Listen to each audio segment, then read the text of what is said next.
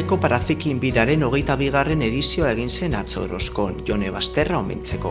Kirolari Orozkoarra 2019an zendu zen eta nazioarteko proba horretan lehiatzeko ohitura zuen. Bai, berezia zen, zeren eta berak urtero hemen egoten zen, gainera hori munduko kopako proba bat izan zen urte askotan eta berarentzat oso polita zen bere herrian eta bere lurraldean konpetitzea bere lagun eta familia osoekin ikustea bazuten aukera bera ikusteko eta beti denboraldiaren helburu bat zen Bizkaiko bira. Puntako txirrindulariak aritu ziren norgehiagokan, hainbat modalitatetako lasterketetan.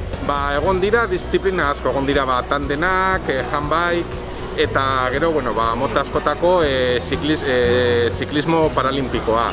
Gainera, urte honetan Tokioko Joku Paralimpikoak direnez, jende asko etorri da, herrialde askotatik, zeren eta da Joku Paralimpikoetako azken konpetizioa. Orduan, gutxi gora bera 100 txirrindulari etorri dira, hemen daude Europako txapelduna, mundukoko txapelduna, eta urte honetan jende asko etorri da eta gainera ospe handiarekin.